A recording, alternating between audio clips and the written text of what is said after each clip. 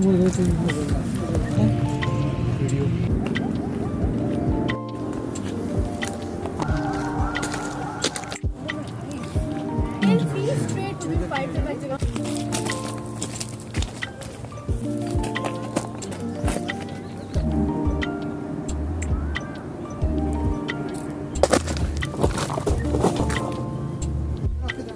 का ट्रैक करने के बाद इस्लामाबाद का ये खूबसूरत नज़ारा आपको दिखाई देगा।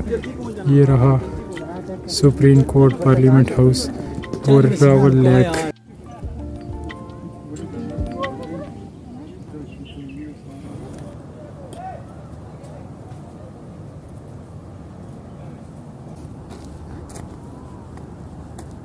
क्या बाहर से गिफ्ट आया यार।